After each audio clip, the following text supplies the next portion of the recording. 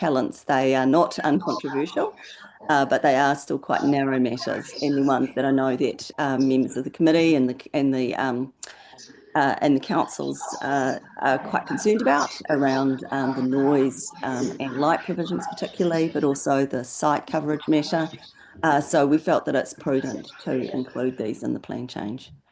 So at this stage, as I say, I've put an indicative timeframe in. We are in the hands of the minister, but as soon as he's gives his approval, she said optimistically, we would like to start going down the process of actually progressing this plan change with the formal consultation on a draft. So that's what I'm seeking your approval from today. So happy to take any questions or queries. I have one through the chair. Certainly.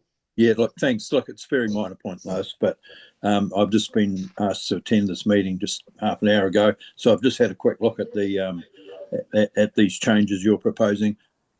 Minor thing, could have done it via email, but the spelling of Shattuck Avenue is incorrect, so thank you. I wouldn't want that to be carried through. Thank you.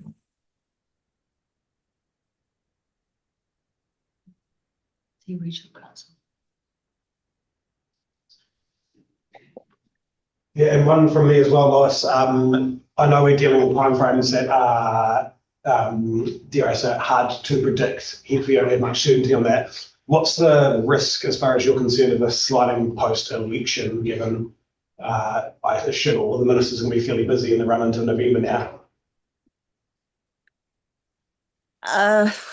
Well, through you, Madam Chair. I'm not an MFE, so I don't know, but I am aware that other councils have had plan changes approved under the plan stop mechanism. So I'm familiar with Environment Canterbury's had one approved, Gisborne District Council's had one approved. So I think the process is happening, and so I guess I'm reasonably confident that it will happen well ahead of the election. And supplementary from me, in terms of cost, do we have an indicative cost for this plan change, and will that be similar for other rounds of plan change? Obviously, complexity adds cost for others if they're different, but just keen for some indication to be provided. So through you, Madam Chair, one of the reasons why I'm keeping this is quite a tight plan change is about cost. At the moment, I feel that if it's possible, this is a plan change that could be heard by commissioner members of this committee. Because they are all very minor matters. And so that's really intended to keep the costs down. There's nothing that is particularly technical, I guess, which might require a technical commissioner. So I guess that's one of the positives about, also it's an omnibus plan change, and my recommendation to you would be to always do omnibus plan changes where multiple matters are pulled together in one plan change because it keeps the costs down a lot. So it will need to be notified across the West Coast, but I haven't looked in too much detail into the notification provisions. But in terms of direct notification, that would mainly be to the directly affected people. So, for example, with the 22 Butts Road rezoning, that would be all of the adjacent properties we'd directly write to. But we wouldn't need to do a public letter to every single property across the West Coast, for example. We'd be using largely the public notice mechanisms. So as plan changes go, I think it can be a pretty cost-effective plan change, and I'm not anticipating it to be, ballooning out. But that does depend on the ability to use TTPP commissioners, or if we don't have a TTP committee member who is a commissioner accredited chair, we would need to employ an accredited chair, but would hope to do one from a West Coast commissioner, so that to keep the costs down. Thanks, Lois. Thank you, Lois. It's good to hear that we're working on a cost proactive manner with this as well, as far as who we can utilise. Regional Council, I'm not sure, Daryl, whether it's yourself with your hand up or... Yes, it is. Thank you, Madam Chair. Good morning, everybody. The first matter I'd like to raise is a matter of budget, actually. So the budget that we're looking to manage just at the moment, and have been, as you know, for some time, is the budget for getting the TTPP, through to operative stage. Under the Order in Council, the Order in Council requires the Regional Council to continue to administer the TTPP on an ongoing basis, including all the plan changes and variations and all the other things that we will need to do. And that needs to be a rolling review. We've discussed that before, so we don't get into this predicament where we've been at the moment where all the plans are 20 years old, out of date, and we've had to do a big revolution instead of a whole series of evolutions, which is that rolling front that Lois is talking about, those omnibus changes. So the first point that I want to make here is that some of what I'm hearing here is a new budget. It is not getting the existing TTPP through to operative stage. We've got some new things starting to come in, and we always knew that would be, but that is a new budget. And I would like that separated out in a separate budget with proper budget estimates and tracked in a separate way, because it is a new thing now, especially this Butts Road thing. The second thing I want to point out here, again, under the Order in Council and requirements, the financing requirements of this work, is that if there is a plan change that is specific to one district only, or two of the districts and not all three, then that district must meet the costs of that plan change. I hope that everyone understands that, because that's what is in almost our terms of reference and in the Order of Council.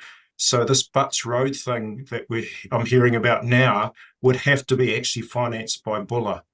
And I'm not sure that I've heard that Buller has fully comprehended that and has got a budget line for that and what the costs are, etc. The second matter I just want to raise is, Lois, I'm not aware, but please, anybody here, please speak up, that we actually have TTPP committee members, joint committee members, that are actually trained commissioners, let alone chair. So I'm not aware of that. And if Linda. Sorry. Linda is. Sorry. Linda Weber's commissioner. Correct. Okay, thank you. So look, we'll have to put our minds to that, because usually it's not a commissioner sole and you need a chair and all those sorts of things. There's cost there. And we need Can I just quickly interject there, Daryl? Linda has just recently attended her chair's training. So okay, thank you. Yeah, that's useful to know. Thank you. Thank you. So please, we need to factor that in, because regardless if we've got a chair trained or a commissioner trained, usually, for a plan change, you don't have a commissioner sole hearing usually, but which means that you've got to bring on and appoint independent commissioners, and you've got to go through all of that other stuff about whether you're delegating them and all those sorts of things. I'm just pointing out all the issues you need to consider here. And my final point is that I'm not familiar with Butts Road, and I would just like to work through with the team. I want to make sure that Butts Road is not subject to flood hazard before we rezone it. Thanks. Thank you. Madam Chair, there's a few issues there. I don't know if you'd like to discuss those. Thanks. Yeah, there certainly are a few issues and a few things that you've highlighted, Daryl, which is aptly timed. I'm just wanting to really make sure everybody has grasped the content, in particular on councils will be individually responsible for any plan changes put forward. Just in light of that, with what changes we've got and what is in the appeals, we haven't specifically requested the changes. Lois, I guess I'm looking to you for some steerage here on this. Do you see, I mean, you've seen the quantum of the appeals versus changes that you can see coming by councils. I mean, we've got some here at Westland as well that we're going to be putting forward for. Do you see this sort of becoming a situation? Through you, Madam Chair, I'll just respond to a few of the things that were raised by the Chief Executive of the West Coast Regional Council as well. I guess just firstly, just to remind the committee that these are mostly matters that are mistakes in the plan, I guess I would say. So it is that there is a bunch of things there that are not at all controversial in any way, and I expect to only attract submissions and support if they get any. Then we have the 7 matters which are under appeal, and that was really the genesis of this plan change, was that the committee members back last year, there was a lot of concern that some of these things are quite causing quite a lot of administrative difficulty in the 3 councils, and so that's why they're included in the plan change. So they are affecting all 3 councils. The Butts Road matter is a rezoning matter, but there's also a number of other rezoning matters in different parts of the West Coast. Though, as I say, they're mostly mistakes. Butts Road is different in that it's a proposal to rezone land for development. But by including it in the omnibus plan change, I guess we minimise the costs of that. So I wouldn't see it as a separately budgeted item. That I'd envisage that we would have one hearing where all of the matters and all of the submissions on all of the parts of the plan change would be heard. So we wouldn't have a separate hearing just to deal with Butts Road, for example. So I guess that's the advantage of keeping all these matters together. Sorry, now I've lost track of what your specific question was, Madam Mayor. Well, you are in essence answering it, Lois, because you're saying that because a lot of these things are errors, so they're not going to require any cost, but because it's an amendment that needs to be made anyway, as opposed to a hearing.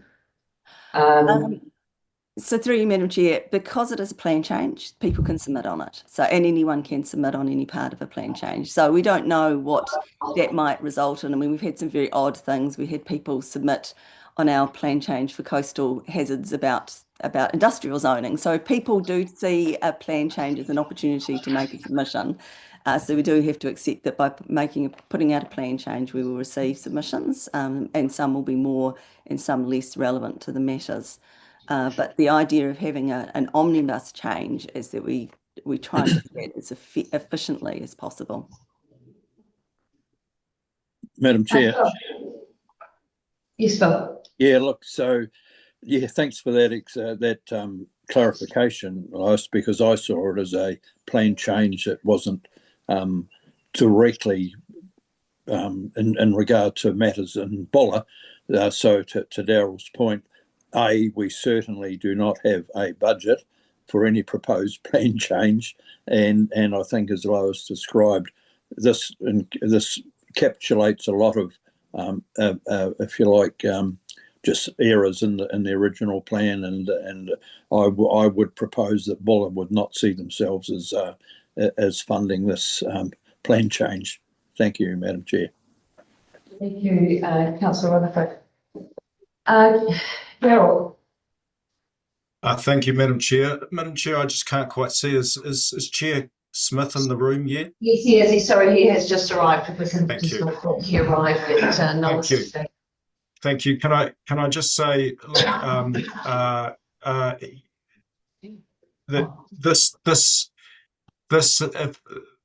that these plan changes, and I'm hearing, perhaps a couple here, even though they might not attract a significant number of submissions, or anticipating that, especially in opposition, you're probably measuring these costs in multiples of $50,000. Just rough estimate, right? So a couple, that's probably 100,000. The regional council would need to additionally rate for that under the current proposal. This will need to come back to the regional council table for that rating, because at the moment that's not part of our budgeting. We've actually put together budgets now, and part of our annual plan going into next year. And again, I come back to the principle, our councillors will need to put their minds to, even though it might be a small addition to the principle, where if we're going to do omnibus plan changes, and forever and a day now we're going to look at region-wide changes, and then bolt on district-specific issues, the issue of who pays. Thanks. Thanks for that.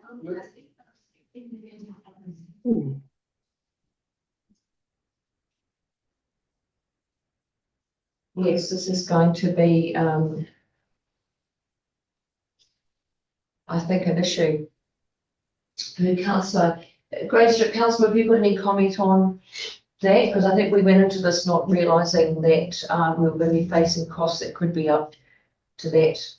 I think it's a whole separate conversation that needs maybe another paper or another good look at it to be able to be brought to the table so that everybody has a good understanding around it and we look at options, because we didn't know this. No, as did we. So, and thank you for that, Mayor Gibson, because that sort of supports me in my request to the Regional Council that could we please have this in a formal written document to each council so we can actually understand the exact reference you're making to as far as charges go, what they're estimated to be, etc. Because we weren't aware of this going into this process. This is significant, and I think with Mayor, with Wallaby not being here at the moment too, that it's information that he should be privy to as well. And we'll have that conversation following that detailed information that we received from you, if that's all right, Daryl. Yeah, thanks, Madam Chair. Madam Chair, just one more comment if I could. Look, the way this was budgeted in the Regional Council's long-term plan was this. We were operating on a budget estimate, as we all know, of around 5 million. We all know that it's significantly exceeded that budget estimate now. So we had actually put in our LTP the 5 million, and as you know, loan funded over 10 years. But then after that, and we were envisaging that it would be finishing, the project and getting the thing operative in about probably this year. After that, there was a budget budgets after that, right out through to year 10 of about 100 or 150,000 or something like that. I can't remember exactly what it was, but about 100,000 each year to fund ongoing plan administration and those whole of region plan changes, etc. Now, all of that's been swamped and overtaken in our LTP, and as you know, we're up for LTPs again next year because of the budget overrun. So all of that money that was going to be used, that had been set aside post plan being operative for ongoing plan administration, has now been dragged into funding the cost overrun. So that's the background to it. Thanks. Thank you, Daryl, for that. Yes, so, sorry, Councillor Rutherford, back to you. Yeah, look, this is a really interesting discussion, and I would absolutely endorse a paper being prepared, as you say, for wider distribution. Our Mayor and Linda and the rest of Council. Look, it does concern me a little bit what I'm hearing. I absolutely agree with Lois' suggestion that, we throw as many of these things into one plan change as possible. It would seem to me to be quite unreasonable for those to be divided up by district and have a plan change by district who then funds that particular plan change. Because as Daryl, as you identified, each plan change comes with a cost of its own. So it makes sense to conglomerate as many of these things as possible into one plan change. But hey, look, as long as that's talked about and considered in any paper that comes forward for discussion, I would please. Thank you, Chair Smith.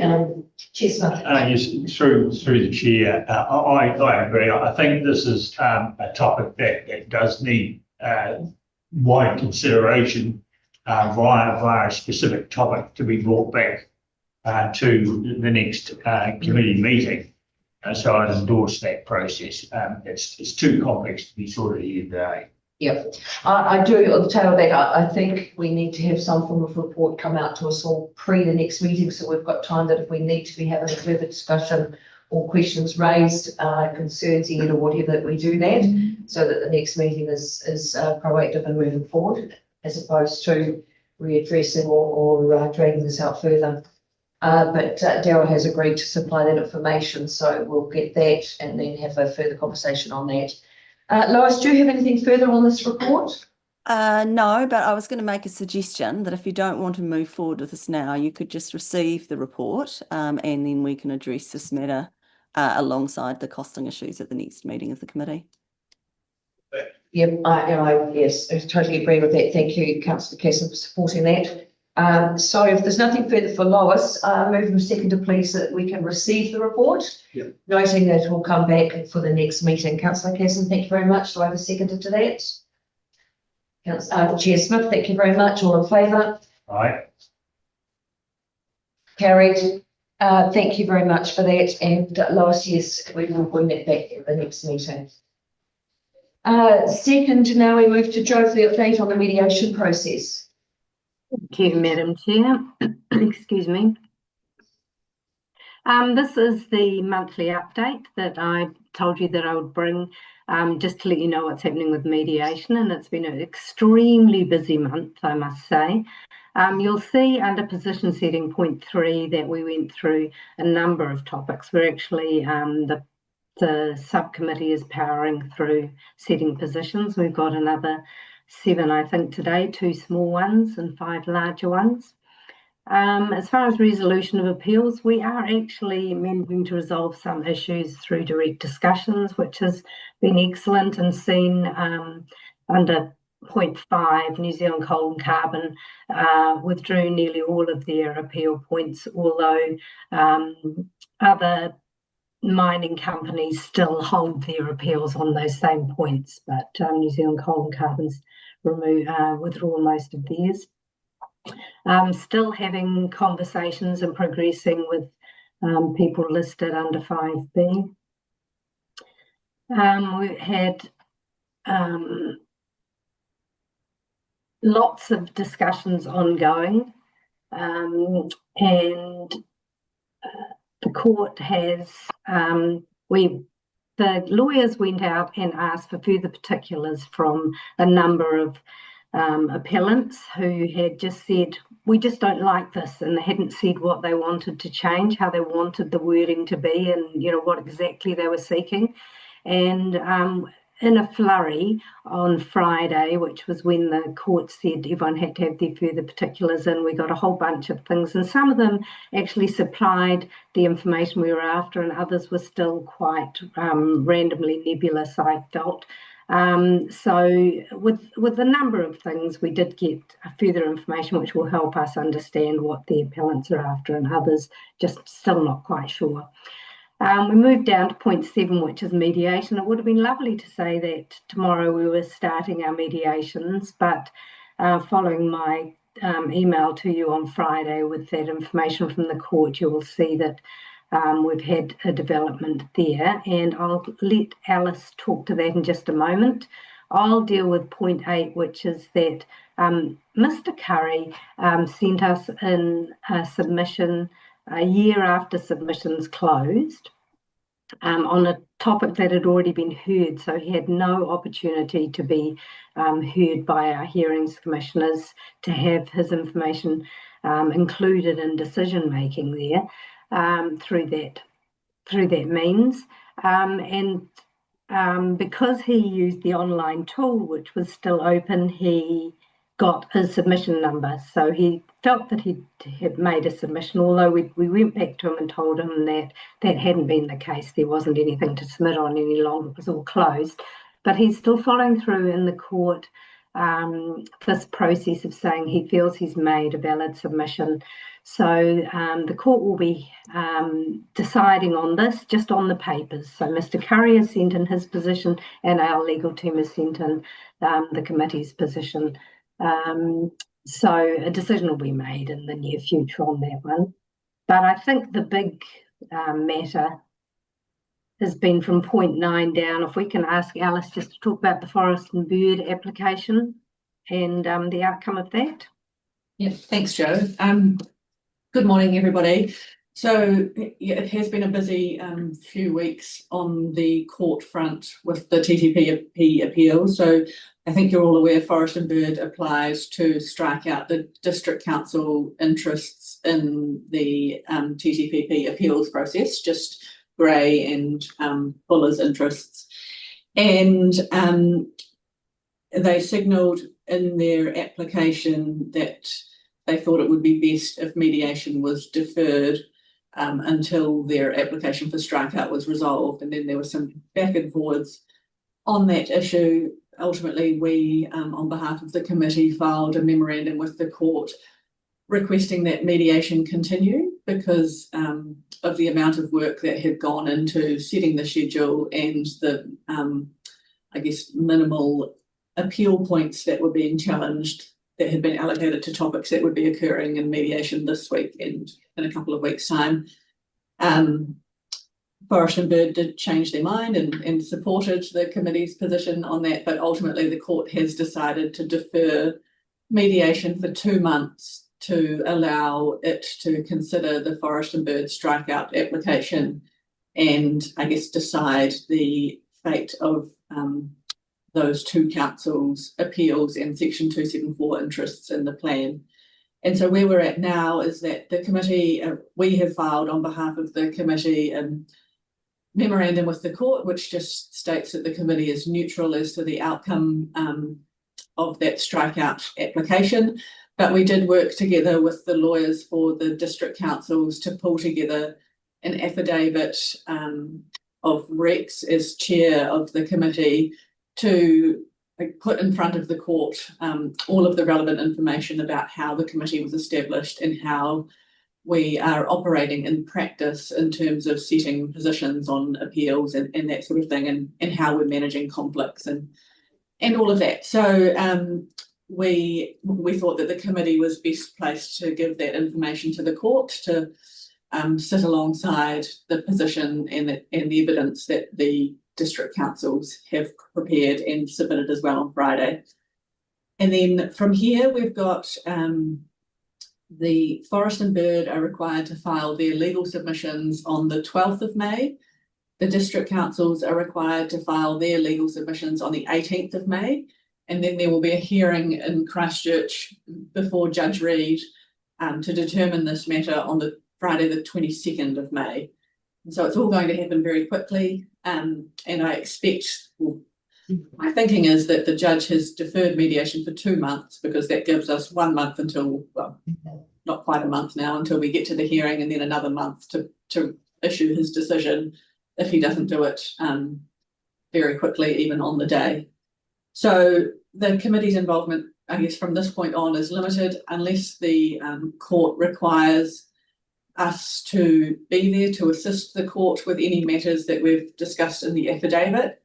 And the only other thing I would flag is that if anything came up in the legal submissions that sought to undermine the process that the committee has set in terms of its position setting or the way that it's approached the mediation, then the committee might need to comment on that. But I hope that that doesn't happen. And that's the update. I'm happy to answer any questions about that. Oh, thank you, Alice. It's been, yeah, that's been quite a situation on its own, isn't it? What sort of costs are going to be created out of this particular situation, and who will they be attributed to? So I guess the only cost that the committee occurs in relation to this process is the cost to prepare the affidavit and the legal filings that we have to do.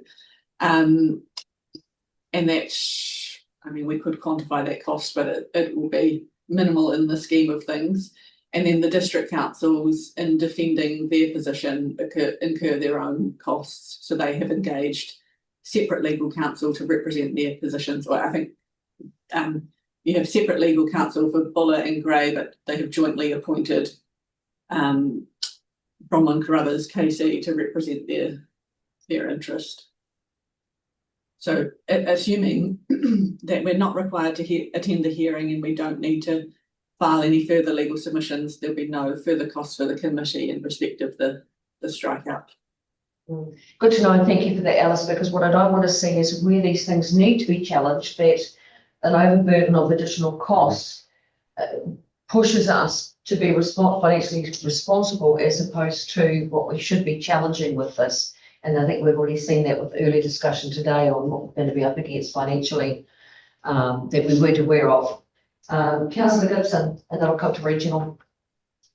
Just a question through the chair to Alice. Alice, what happens if the judge rules in our favour? Does Forest and Bird have to pay our costs back?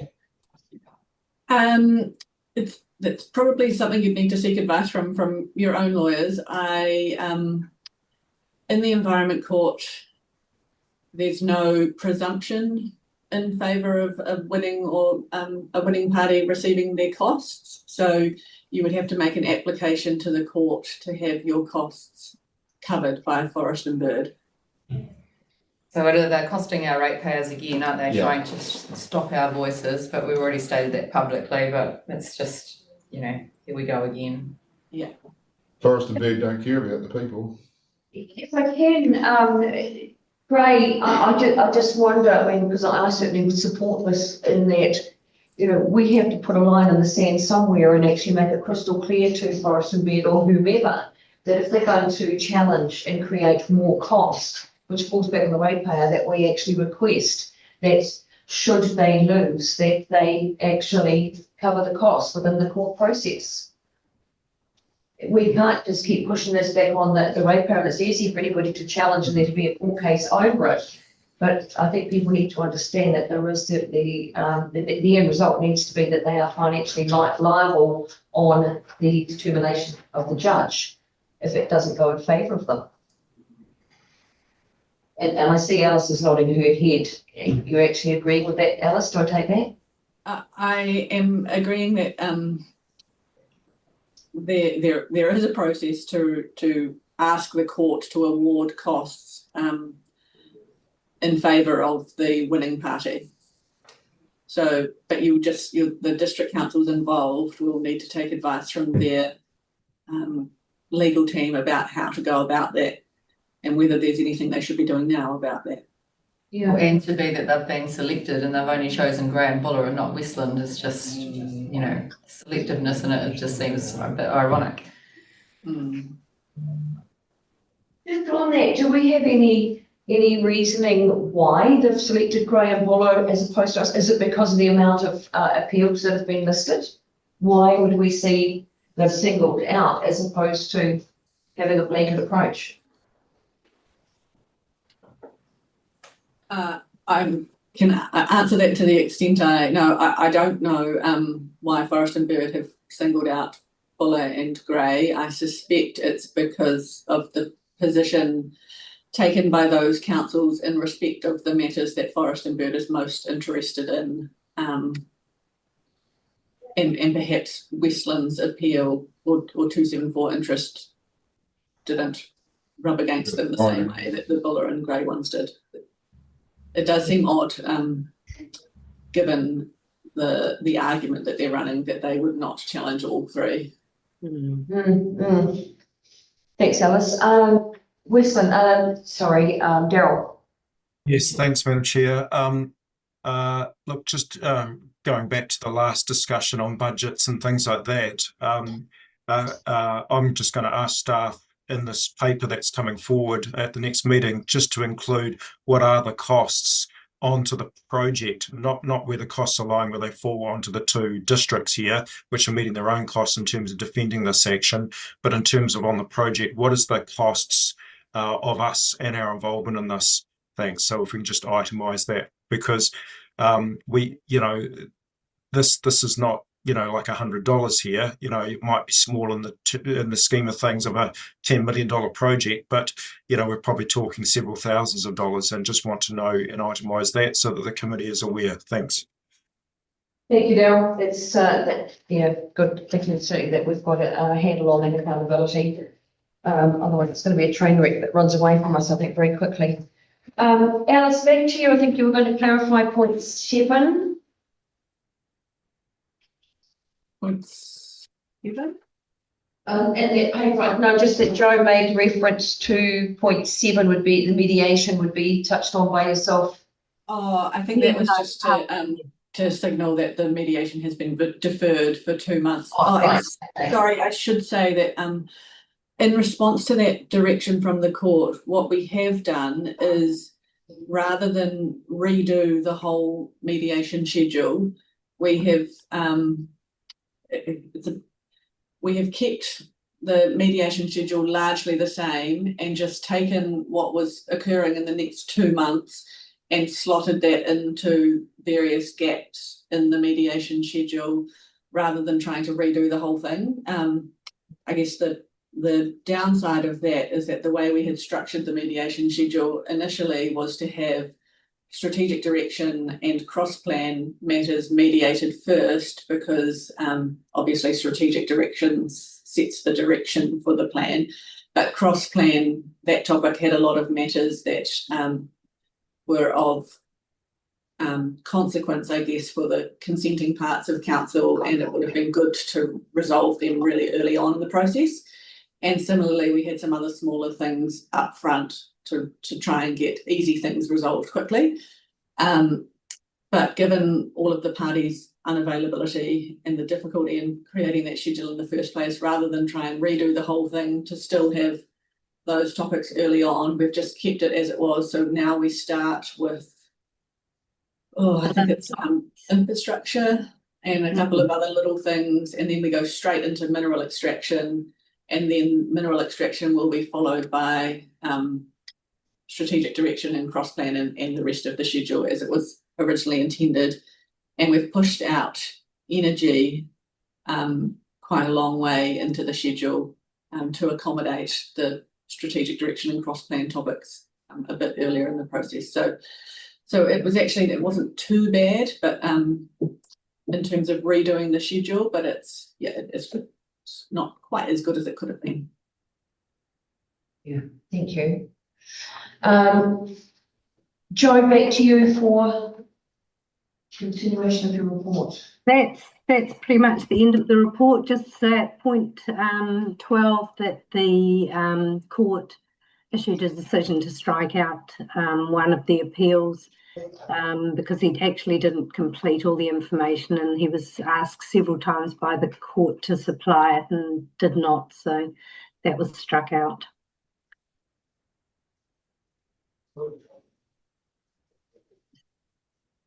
So just back to the recommendation, which was just to receive this report, if you would, Madam Chair.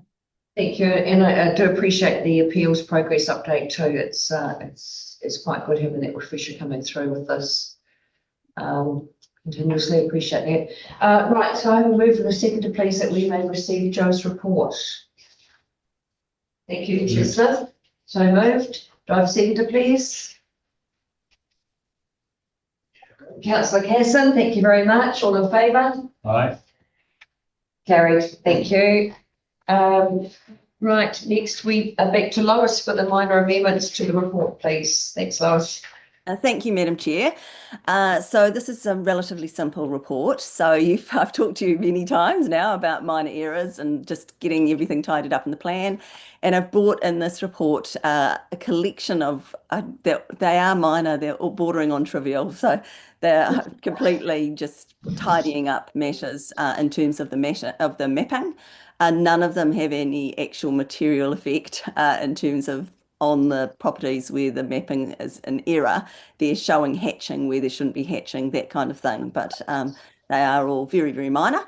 But I've just brought them, all the mapping errors to you in one report and seeking your approval for us to go ahead and make those changes to the plan. I've had the GIS people have done a layer showing the corrections, and we've reviewed that, and it should be all fine if you're happy to proceed for us to go live with the updated maps on the 20th of May.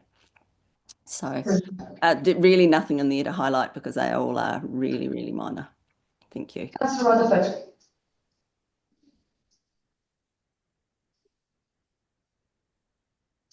Happy to move recommendations 1 and 2. Thank you very much for that, Councillor. And the recommendations are that the committee receive the report, that the committee resolves to approve the correction of minor mapping errors and make changes of minor effect in accordance with clause 116 2 of Schedule 1 of the RMA as identified in the table and as shown in Appendix 1 within this report. Can I have a seconder to that motion? Thank you, Chair Smith. All in favour? Aye. Aye. Carried. Thank you very much. Thank you for that, Lois. Right, next on the list is Jo. Back to you for the financial report, please, for the 31st of March 2026. Thank you very much, Madam Chair. This is the standard report, so you can see all the figures there. There are a couple of things I would like to point out, and that is with the change in the mediation schedule, 3 or 4 of weeks worth of mediations will not occur in this financial year. So that means the burden of that is the costs is going to move into the next financial year. So that will be the change. It should hopefully mean that this financial year comes in under budget, but next financial year the costs will be shifted onto there, and there's nothing we can do about changing that budget now, which would mean an increase in the loan, and that will be covered in a paper that will come to you next month as you've requested. And also we did not get the legal invoice from our lawyers in time to be to go through with this month's costs. So we'll have double the costs of that next month, and they were significant costs over the last 2 months. As you've seen, there's been a lot of work in direct discussions and having to respond to memorandum from Forest and Bird and other parties. So we will see that we're starting to use those legal fees, but I would say that the consultant planners, without having to attend mediations over the next couple of months, that will come in under budget on those ones. So hopefully we will not be over budget on the legal fees. It's been a very busy time. Right, thank you, Jo, for that. Any questions for Jo, please, on the report? Councillor Rutherford. Yeah, look, thanks. Look, just for absolute clarification, these figures are all GST exclusive. Am I correct? I believe so. Thank you.